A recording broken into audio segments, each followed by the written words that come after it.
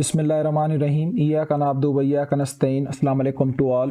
हम अपनी आज की क्लास में इस चैप्टर के सेकंड लास्ट टॉपिक के ऊपर डिस्कस करने लगे हैं जिसका नाम HIV है या जिसे हम ह्यूमन इम्यूनो वायरस कहते हैं। अच्छा, ये वाला जो वायरस है HIV ये रेट्रो वायरस की क्लास से बिलोंग करता है, यानी कि ये रिवर्स ट्रांसक्रिप्शन करेगा। रिवर्स ट्रांसक्रिप्शन का मैंने आपको क्या बताया था कि ये RNA से अपना क्या बनाता है, DNA बनाता है, क्योंकि इनके पास एक अदद एंजाइम होता है जिसका नाम क्या है, रिवर्स ट्रांसक्रिप्टेस। ये सारी बातें मैंने आप लोगों को समझाई हुई हैं जब मैंने सेकंड लेक्चर के अंदर आपको बाल्टीमोर क्लासिफिकेशन समझाई थी। तो खैर, हम HIV वायरस के बारे में आज पढ़ते हैं, इसका स्ट्रक्चर पढ़ते हैं, इसकी लाइफ साइकिल पढ़ते हैं और हम देखते हैं कि ह्यूमन बीइंग के अंदर कौन कौन सी जो है वो बीमारियां काज करवाता है और फिर उन बीमारियों की क्या साइंस एंड सिम्टम्स होती हैं, उनकी रेमेडी क्या है और उनकी प्रोग्नोसिस क्या है। अच्छा, ये जो HIV वायरस है, ह्यूमन इम्यूनो वायरस, ये वर्ड ही इंडिकेट कर रहा है ये हमारे इम्यून सिस्टम पे क्या करता है, हमला करता है। तो ये एक बहुत ज़्यादा खतरनाक बीमारी काज करता है जिसका नाम एड्स है। आप सब लोगों ने सुना होगा एक्वायर्ड इम्यूनो डेफिशिएंसी सिंड्रोम।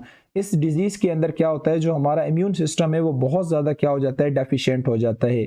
यानी फिर क्या होता है कि हर किस्म की जो बीमारी है वो हमारे ऊपर हमला करती है और नतीजे में जो बॉडी है वो सर्वाइव नहीं कर पाती।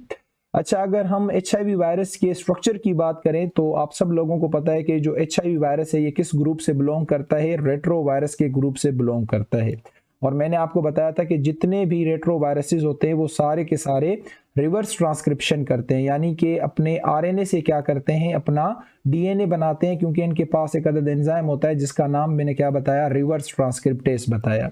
अच्छा, अगर मैं HIV वायरस की साइज की बात करूं तो ये कहता है जो RBC की साइज होती है उससे ये 60 टाइम लेस जो है इसका डायामीटर होता है, उससे 60 टाइम उससे कम जो है इसकी ये साइज होती है। ये आपने याद रखना है, हो सकता है ये MCQs में आप लोगों से पूछा जाए। अच्छा, इसकी शेप की बात करें तो इसकी शेप जो है वो स्फेरिकल होती है और इसके अंदर एक नहीं दो RNA के मॉलिक्यूल मौजूद होते हैं। वो टोटल 9 जीन्स के बने हुए होते हैं और दोनों RNA मॉलिक्यूल्स के ऊपर एक प्रोटीन की कोट बनी हुई होती है जिसे क्या कहा जाता है, कैप्सिड कहा जाता है। तो ये इंपॉर्टेंट बातें हैं, आप लोगों से पूछी जा सकती हैं कि जो HIV वायरस है उसकी शेप कौन सी है, स्फेरिकल शेप है। उसके अंदर 2 RNA के मॉलिक्यूल्स पाए जाते हैं जिसके अंदर टोटल 9 जीन्स क्या होते हैं, मौजूद होते हैं। और ये जो 2 RNA के मॉलिक्यूल हैं इनके ऊपर एक प्रोटीन की कोट बनी हुई होती है जिसे हम क्या कहते हैं, कैप्सिड कहते हैं। अच्छा, बड़ी मजे की बात, ये इतना खतरनाक वायरस क्यों है, क्योंकि ये इनवेलप्ड वायरस है। मैंने आप लोगों को समझाया था कि ये होस्ट का सेल है ना, और ये हमारे पास कोई वायरस है और ये उसका जेनेटिक मटेरियल है, ये उसकी कैप्सिड है। जब ये इस सेल के अंदर हमला करता है तो कुछ वायरस ऐसे होते हैं जो अपने साथ होस्ट जब बाहर निकलते हैं होस्ट सेल से तो होस्ट सेल की प्लाज्मा ब्रेन का पीस अपने साथ लेके जाते हैं जो कि इनकी वायरल जीनोम कंसीडर की जाती है। और जाहिर सी बात है, मैंने बताया कि हमारी प्लाज्मा ब्रेन पे कुछ प्रोटीन्स लगी हुई होती हैं, कॉन्जुगेटेड मॉलिक्यूल्स लगे हुए होते हैं जिन्हें हम ग्लाइकोप्रोटीन कहते हैं। अगर आप लोगों को याद हो, ये कॉन्जुगेटेड मॉलिक्यूल है जो ग्लूकोज और प्रोटीन का बना हुआ है। इस प्रोटीन की इस कॉन्जुगेटेड मॉलिक्यूल की मदद से क्या होता है कि एक सेल दूसरे सेल को रिकॉग्नाइज करता है, आइडेंटिफाई करता है। और जब ये ग्लाइकोप्रोटीन इस वायरस की सरफेस पे आ जाएगी तो आप क्या समझते हो कि ये इम्यून सिस्टम के सेलों को आसानी से रिकॉग्नाइज करेगा और उनके ऊपर हमला करेगा। ये सारी बातें मैं आपको चैप्टर नंबर इस चैप्टर के पहले लेक्चर के अंदर अच्छे तरीके से समझा चुका हूं। तो आपने याद रखना है, जो HIV वायरस है ये हमारा इन्वेलप्ड वायरस है और इसके ऊपर कुछ ग्लाइकोप्रोटीन्स, ये कॉन्जुगेटेड मॉलिक्यूल है, ग्लूकोज और प्रोटीन का पाए जाते हैं। और मैंने बताया कि इसका काम क्या होता है कि ये टारगेट सेल को रिकॉग्नाइज करने में हेल्प करता है। ये कहता है glycoprotein help virus to get attachment on the surface of the target cell and enters into the cell. मैंने आप लोगों को बता दिया कि इस ग्लाइकोप्रोटीन की मदद से क्या होगा, ये टारगेट सेल पे आसानी से पहुंचेगा और फिर उस सेल के अंदर एंट्री ले लेगा। अच्छा, उसके बाद इसके पास एक एंजाइम होता है जिसका नाम है इंटीग्रेस एंजाइम की मदद से क्या करेगा, ये होस्ट का जो DNA होता है इसके साथ जो अपना DNA उसको क्या कर देगा, कंबाइन कर देगा। मैंने आपको लाइटिक और लाइसोजेनिक साइकिल पढ़वाई हुई है तो उसमें भी मैंने इंटीग्रेशन और इंटीग्रेस एंजाइम का जिक्र किया था। अगर आप लोगों ने मेरा वो लेक्चर सुना होगा तो आप लोगों को ये जरूर पता होगा। देखो, ये हमारे पास होस्ट का सेल है और ये उसका DNA है, ये वायरस का सेल है और ये वायरस का क्या है, DNA है। तो वायरस क्या करता है, अपना DNA और होस्ट का DNA दोनों DNA कंबाइन कर लेता है। इसको क्या कहा जाता है, इस प्रोसेस को इंटीग्रेशन कहा जाता है। और इसके लिए जो एंजाइम रिक्वायर्ड होता है उसको क्या कहा जाता है, इंटीग्रेस कहा जाता है। तो मुझे उम्मीद है कि वायरस का जो HIV वायरस का जो स्ट्रक्चर है ये आप लोगों को अच्छे तरीके से समझ आ गया होगा। अब हम बात करते हैं इसकी लाइफ साइकिल की, जो कि बहुत ज़्यादा इजी है, इसमें आप लोगों को परेशान होने की बिल्कुल भी ज़रूरत नहीं है। अच्छा, इसकी लाइफ साइकिल के अंदर टोटल आते हैं 7 स्टेप, ठीक है। जो सबसे पहला स्टेप है वो है बाइंडिंग का, बाइंडिंग आप सारे समझते हो। दूसरा जो स्टेप है वो है फ्यूजन का, फ्यूजन का मतलब है कि जब वायरस का डीएनए और मतलब कि जो वायरस का डीएनए है वो होस्ट सेल के अंदर आ जाए तो इसे फ्यूजन कहा जाता है।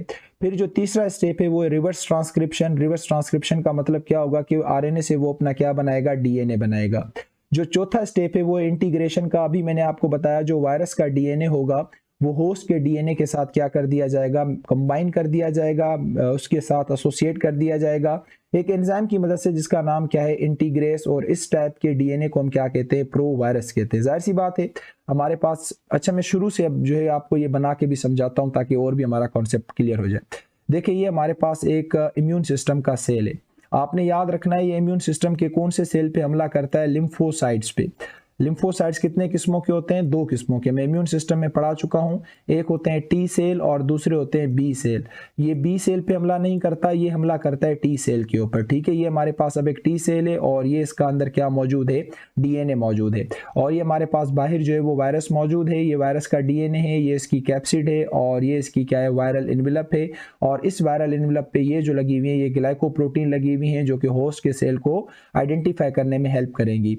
और इस होस्ट सेल के ऊपर ये जो है इसका रिसेप्टर लगा हुआ है जो कि इसको रिसीव करेगा। तो ये जैसे इसके ऊपर आएगा अपने रिसेप्टर के साथ बाइंडिंग करेगा। पहला स्टेप यहाँ पे हो गया। बाइंडिंग का मतलब है कि रिसेप्टर के साथ आके ग्लाइकोप्रोटीन की मदद से बाइंडिंग कर लेगा। भाई पहला स्टेप हो गया, बाइंडिंग हो गई।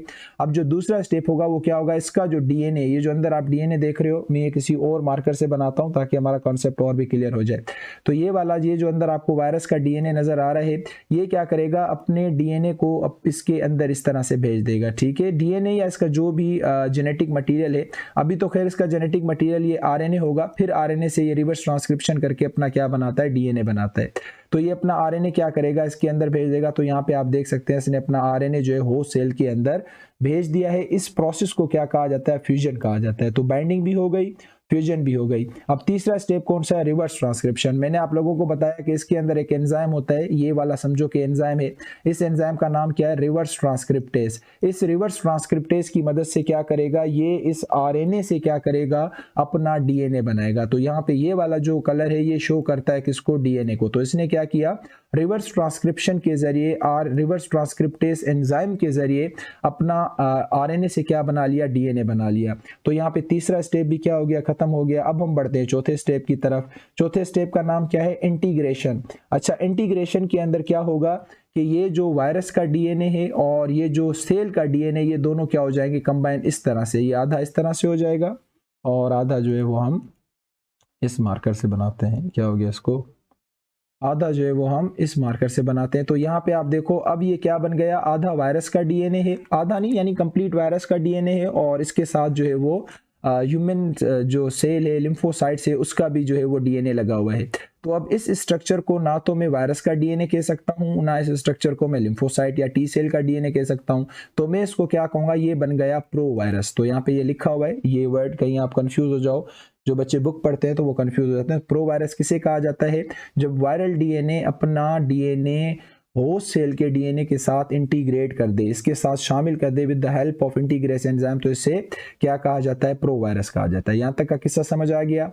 अच्छा, जब प्रो वायरस बन जाता है ये वाला, तो ये क्या करता है, अब ट्रांसक्रिप्शन करेगा। ट्रांसक्रिप्शन से मुराद की अपनी मुख्तलिफ किस्मों की क्या करेगा, प्रोटीन बनाएगा और रेप्लिकेशन करेगा, अपने जीनोम की कॉपियां बनाएगा, ठीक है। प्रोटीन भी बनाएगा, अपने जीनोम की कॉपियां बनाएगा, क्योंकि इसका मकसद ही यही है, ये तो अपने नंबर को बढ़ाने आया है, अपनी रेप्लिकेशन करने आया है। तो भाई इसने अपनी प्रोटीन भी बना ली और इसने अपने जीनोम की कॉपियां भी बना ली। अब ये क्या करेगा, प्रोटीन को और जीनोम को असेंबल करेगा। तो छठा जो स्टेप है वो क्या है, वो है असेंबली। पांचवा स्टेप क्या है, ट्रांसक्रिप्शन और रेप्लिकेशन। ट्रांसक्रिप्शन में क्या करेगा, जो भी प्रोटीन्स रिक्वायर्ड होती हैं वो सारी की सारी प्रोटीन बनाएगा, और रेप्लिकेशन में क्या करेगा, अपने जीनोम के नंबर को, अपने जेनेटिक कंस्टिट्यूशन को क्या करेगा, डबल करेगा, इंक्रीज करेगा, जितने भी उसको कॉपियां बनानी है वो इंक्रीज करेगा। अब ये क्या करेगा, इस प्रोटीन को और जीनोम को क्या करेगा, असेंबल करेगा। असेंबल करने के बाद सबसे पहले अपना जीनोम रखेगा, फिर उसके बाद ये कैप्सिड रखेगा। तो बना लिया इसने, अपना जीनोम भी बना लिया इसने, अपना कैप्सिड भी बना लिया। अब जो आखिरी स्टेप है वो है बडिंग। अब देखो ये हमारे पास एक पूरा का पूरा, अब थोड़ा फ्रेश करके बनाते हैं, पूरा का पूरा सेल है। लिम्फोसाइट या लिम्फोसाइट के अंदर भी उसका कौन सा सेल है, टी सेल है, ठीक है। अब ये लिम्फोसाइट, टी सेल ये क्या होते हैं, ये आप इम्यून सिस्टम में जाके पढ़ लेना। मैंने ट्रांसपोर्ट के ऊपर जो लेक्चर छोड़े हुए हैं तो उसके अंदर मेरे ख्याल में लेक्चर 13 या 14 से ये टॉपिक स्टार्ट हो जाता है इम्यून सिस्टम का, जो कि इस बार इन्होंने अलग चैप्टर करके दिया है। अच्छा, ये हमारे पास क्या है, टी सेल है, और मैंने कहा कि इस टी सेल के अंदर ये आपका एक जीनोम पड़ा हुआ है और जीनोम के ऊपर ये कैप्सिड है, पूरा HIV वायरस यहाँ पे बन चुका है। इसी तरह से ये एक और उसका जीनोम है, ये एक और उसकी क्या है, कैप्सिड है। इसी तरह से ये एक और जीनोम है और इसी तरह से ये एक और इसकी क्या है, कैप्सिड है। तो यहाँ पे मैंने जस्ट 3 बनाए हैं, ये अपने हिसाब से अपनी कॉपियां बनाता है। अच्छा, अब ये क्या करेगा, जब इस सेल से बाहर निकलेगा तो कैसे निकलेगा, जब ये बाहर निकलेगा तो ये बाहर निकलते वक्त क्या करेगा, जब ये इस तरह से बाहर निकल के आएगा तो इस प्लाज्मा मेम्ब्रेन का टुकड़ा भी अपने ऊपर इस तरह से ले आएगा, आउट ग्रोथ निकालेगा। इस आउट ग्रोथ को क्या कहा जाता है, बडिंग कहा जाता है। तो यहाँ पे आप देख सकते हैं ये जो थोड़ी सी आउट ग्रोथ निकली है इसको बड कहा जाता है। इसके अंदर इसका जेनेटिक मटेरियल भी है, कैप्सिड भी है, और प्लस में जब जाएगा तो प्लाज्मा मेम्ब्रेन का थोड़ा सा पीस भी अपने साथ लेता जाएगा। और आपको पता है होस्ट सेल की प्लाज्मा मेम्ब्रेन पे क्या लगी हुई होती है, ग्लाइकोप्रोटीन्स लगी हुई होती हैं, ये कॉन्जुगेटेड मॉलिक्यूल। तो ये कॉन्जुगेटेड मॉलिक्यूल भी इसकी सरफेस पे आ जाएगा, ताकि जब ये दोबारा किसी नॉर्मल लिम्फोसाइट के ऊपर, टी सेल के ऊपर हमला करे तो उसके साथ भी अटैचमेंट में, बाइंडिंग में इसको क्या हो, आसानी हो। तो यहाँ आप खुद अपनी आंखों से क्या देख रहे हैं, ये जो ग्लाइकोप्रोटीन है, ये जो ग्लाइकोप्रोटीन या ये जो वायरल इनवेलप आ रही है, ये इसका अपना पार्ट नहीं है। इसने अपने सिर्फ क्या बनाया है, अपना जीनोम बनाया है, और उसके अलावा अपना सिर्फ इसने क्या बनाया, कैप्सिड बनाया, बस। ये जो वायरल इनवेलप आती है ना, ये कहां से आती है, ये होस्ट से आती है। जब होस्ट से आती है तो आप देख रहे हैं तो हम कहते हैं ये वायरल इनवेलप किसका पार्ट है, होस्ट का पार्ट है। और मैंने बताया कि वायरल इनवेलप पे हमारी क्या लगी हुई होती है, ग्लाइकोप्रोटीन या कॉन्जुगेटेड मॉलिक्यूल लगा हुआ होता है, जो कि मुख्तलिफ सेलों को आपस में मिलाने में, कॉम्बिनेशन करने में, रिकॉग्नाइज करने में क्या करता है, हेल्प करता है। लेकिन जब यही ग्लाइकोप्रोटीन वायरस की सरफेस पे आ जाती है तो वायरस को बेनिफिट मिल जाता है, ये दूसरे टी लिम्फोसाइट्स के ऊपर, टी सेल्स के ऊपर आसानी से अटैचमेंट कर सकता है, बाइंडिंग कर सकता है। फिर इसके अंदर अपना जो आरएनए होगा वो फ्यूज करेगा, फिर उसकी रिवर्स ट्रांसक्रिप्शन करेगा, उससे डीएनए बनाएगा, फिर इंटीग्रेशन करेगा, अपना डीएनए और वायरस का, सेल का डीएनए दोनों का मिक्स कर देगा। फिर उसके बाद ट्रांसक्रिप्शन करेगा, प्रोटीन बनाएगा, ये अपना रेप्लिकेशन करेगा, अपने नंबर को बढ़ाएगा, फिर दोबारा उनको असेंबल करेगा, और फिर आखिर में बडिंग करेगा। यानी यहाँ से छोटी सी आउट ग्रोथ निकलेगी जिसमें इसका कैप्सिड और वायरल जीनोम होगा, और उसके बाद फिर ये क्या करेगा, जो होस्ट सेल की प्लाज्मा मेम्ब्रेन होगी उसको भी अपने साथ ले जाएगा। और जब वायरस के ऊपर ये प्लाज्मा मेम्ब्रेन आती है तो उसके ऊपर जाहिर सी बात है ग्लाइकोप्रोटीन भी आती है, और वायरस की वो क्या कहलाती है, वायरल एनवेलप। तो मुझे उम्मीद है कि आसान लफ्जों में आपको इसकी लाइफ साइकिल अच्छे तरीके से समझ आ गई होगी। अगर आपकी इंग्लिश अच्छी है तो आप खुद इसको अपने वर्डिंग में लिख सकते हैं, बाइंडिंग को भी, फ्यूजन को भी, रिवर्स ट्रांसक्रिप्शन को भी। मैं जस्ट, मेरा काम है आप लोगों को समझाना, बाकी लिखना आप लोगों का काम है। अच्छा, उसके बाद हम थोड़ा सा बात कर लेते हैं कि इसकी ट्रांसमिशन जो है वो किस तरह से होती है। तो आपकी किताब लिखती है हमारे पास जो 90% एड ट्रांसफर होता है वो थ्रू दी सेक्सुअल कांटेक्ट होता है, यानी कि सेक्सुअल कांटेक्ट के जरिए एड्स के जो ट्रांसफर होने के चांसेस हैं वो बहुत ज्यादा होते हैं। क्योंकि आपने याद रखना है जो एड्स का वायरस है ना, ये ट्रांसफर होता है फ्लूइड के जरिए, और हमारी बॉडी के अंदर 2 किस्मों का फ्लूइड पाया जाता है। एक फ्लूइड जिसे हम कहते हैं ब्लड, और दूसरा फ्लूइड जिसे हम क्या कहते हैं, स्पर्म्स कहते हैं, ठीक है, या हम सेमिन कहते हैं, स्पर्म्स कहते हैं। तो जब सेक्सुअल रिप्रोडक्शन होती है, जब उसमें मेल जब स्पर्म्स अपने फीमेल की बॉडी के अंदर इंट्रोड्यूस करता है, तो हो सकता है कि स्पर्म्स के अंदर ये वायरस मौजूद हो, तो ये वायरस जो है फीमेल के अंदर भी क्या हो सकता है, ट्रांसफर हो सकता है। या कभी कभी हम ब्लड की ट्रांसफ्यूजन करते हैं बगैर चेकअप करवाए, बगैर ब्लड को डायग्नोस करवाए, टेस्ट करवाए, तो हो सकता है हमारे ब्लड के अंदर HIV का वायरस हो, तो वो भी क्या हो जाता है फीमेल के अंदर, या किसी को भी हम ब्लड दे रहे हैं तो उसके अंदर क्या हो जाता है, ट्रांसफर हो जाता है। लेकिन अगर ज़्यादा देखा गया है तो वो ब्लड के जरिए ट्रांसफर वैसे होता है, लेकिन जो ज़्यादा केसेस हमें मिलते हैं वो सेक्सुअल कॉन्टैक्ट से मिलते हैं। और ये भी मैंने आपको बताया कि infecting blood entering into the blood stream through different ways. अब जो इन्फेक्टेड ब्लड है वो ब्लड स्ट्रीम में दाखिल हो सकता है मुख्तलिफ तरीकों से। आपने अनस्टेरिलाइज्ड सिरिंज का इस्तेमाल किया है, यानी कि मैंने जो सिरिंज इस्तेमाल की है एड्स वाली, वही सिरिंज कोई और इस्तेमाल कर रहा है तो उसमें डेफिनेटली ट्रांसफर हो जाएगा। थ्रू ब्लड ट्रांसफ्यूजन में डायरेक्ट किसी को ब्लड दे रहा हूँ और अगर मेरे ब्लड में HIV का वायरस हो तो वो ट्रांसफर हो जाएगा। Close contact between non infected and infected people through the cuts and open wounds. अगर कोई ओपन वुंड्स है या ओपन जो कट्स है, तो जिस फॉर सपोज करो यहाँ पे 2 शख्स हैं, इसका भी ओपन वुंड है और इसका भी ओपन वुंड है, अगर इसको HIV का वायरस है और ये इसके साथ कॉन्टैक्ट करता है तो ये वायरस इसके अंदर क्या हो जाएगा, ट्रांसफर हो जाएगा। अच्छा, ये कहता है कि ये वायरस जो है मदर से बच्चे के अंदर भी ट्रांसफर हो सकता है प्लेसेंटा के जरिए, और अगर बच्चा पैदा हो गया है तो फिर जो ब्रेस्ट मिल्किंग होती है, क्योंकि आपको पता है मिल्क भी एक किस्म का क्या है, फ्लूइड है, तो यहाँ से भी बच्चे के अंदर क्या हो सकता है, ट्रांसफर हो सकता है। तो ये सारे के सारे जितने भी हैं ये पॉसिबल ट्रांसमिशंस के क्या हैं, रूट हैं। लेकिन याद रखना है जो 90% ट्रांसफर होता है वो किसके जरिए होता है, सेक्सुअल कॉन्टैक्ट के जरिए। अच्छा, क्या क्या हमारे पास साइंस एंड सिम्टम्स होती है, हमें कैसे पता चलता है कि जो हमारे पास है इसको शख्स को जिसको भी हो रहा है तो उसको एड्स हुआ है। तो ये कहता है कि current information suggest that 1 to 2% HIV infected persons will develop AIDS. हर साल के अंदर हमारे पास 1 से 2% लोग ऐसे होते हैं जिनको क्या होता है, एड्स होता है। अच्छा, इन एड्स के अंदर भी हमारे 1 to 2% के अंदर भी हमारे पास 5% वो बच्चे होते हैं, 5% वो बच्चे होते हैं जिनकी उम्र कितनी होती है, 15 साल होती है। इतनी एज के अंदर इनके अंदर जो है इतनी एज के अंदर ये रेशो जो है देखा गया है। अच्छा, उसके अलावा 5 से 10% हमारे पास ऐसे लोग होते हैं जिनको एड्स नहीं होता लेकिन एड्स जैसी क्या होती हैं, सिम्टम्स होती हैं। सही है, ये आपने याद रखना है। अच्छा, एड्स की जो फर्स्ट साइन और सिम्टम है वो क्या है, हल्का सा फ्लू होता है और इलनेस होती है, बुखार, टेम्परेचर वगैरह रहता है, हेडेक वगैरह रहता है। और ये जो फ्लू और ये जो इलनेस है ये 1 हफ्ते या 2 हफ्ते के लिए नहीं, 6 वीक, मंथ्स के लिए, और इवन ये ईयर्स तक भी चली जाती है, 10-10, 5-5 सालों तक भी जो है ये सिम्टम्स जो है चली जाती है। फिर हमें कंफर्म हो जाता है कि हाँ इसको क्या है, एड्स है, इसको क्या है, HIV का वायरस है।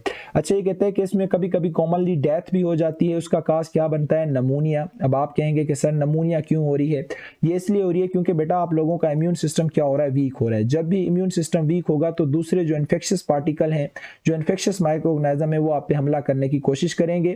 तो इन लंग्स के ऊपर जो बैक्टीरिया हमला करेंगे तो उसकी वजह से आपके लंग्स को इन्फ्लामेशन हो जाएगा जिसे नमूनिया कहते हैं। स्किन का भी कैंसर हो जाता है जिसे कपूसी सार्कोमा कहते हैं।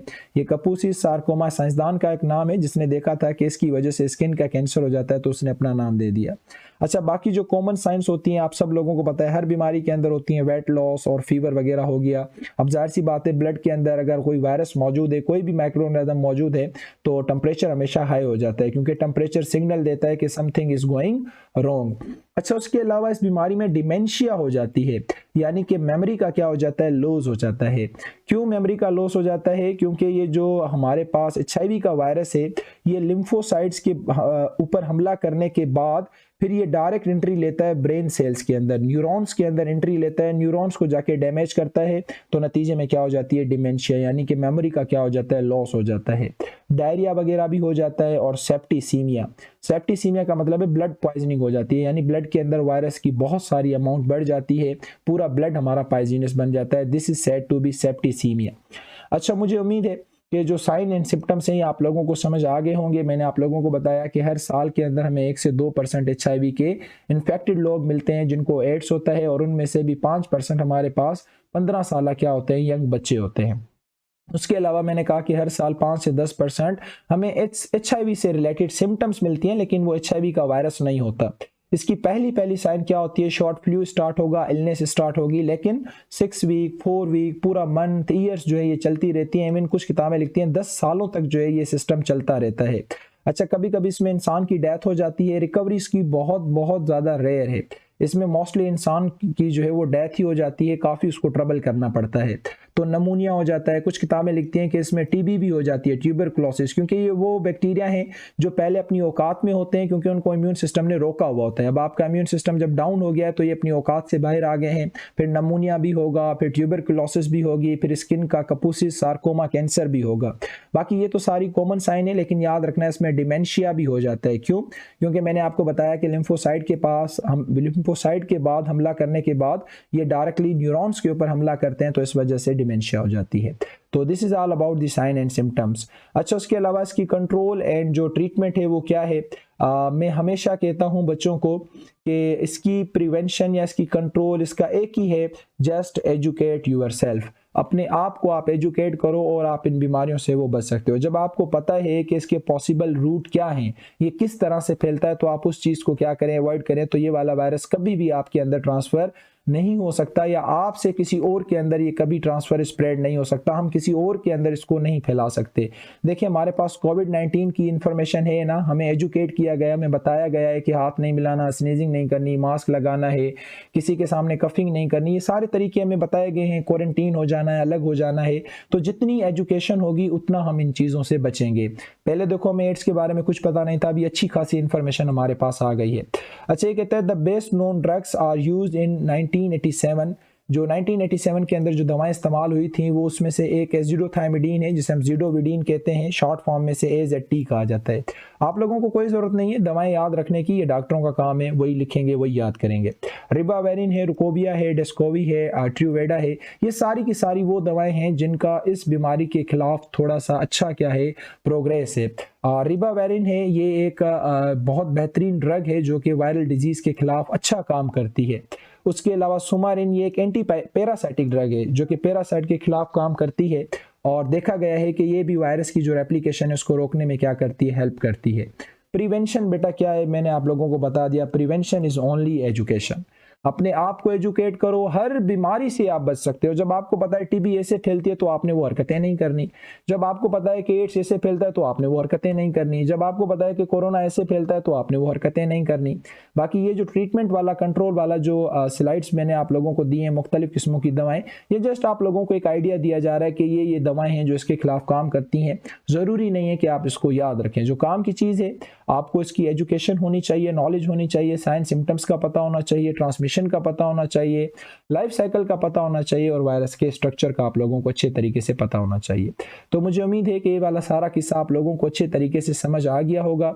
इसको आप पढ़ें, अच्छे तरीके से समझें, फिर भी कहीं प्रॉब्लम होती है तो ये डोर मैंने ओपन कर दिया है, तो आप इस डोर को बगैर नॉक किए, ये खुला हुआ है ऑलरेडी, तो कोई भी क्वेश्चन हो बेटा आप लोग मुझसे पूछ सकते हैं।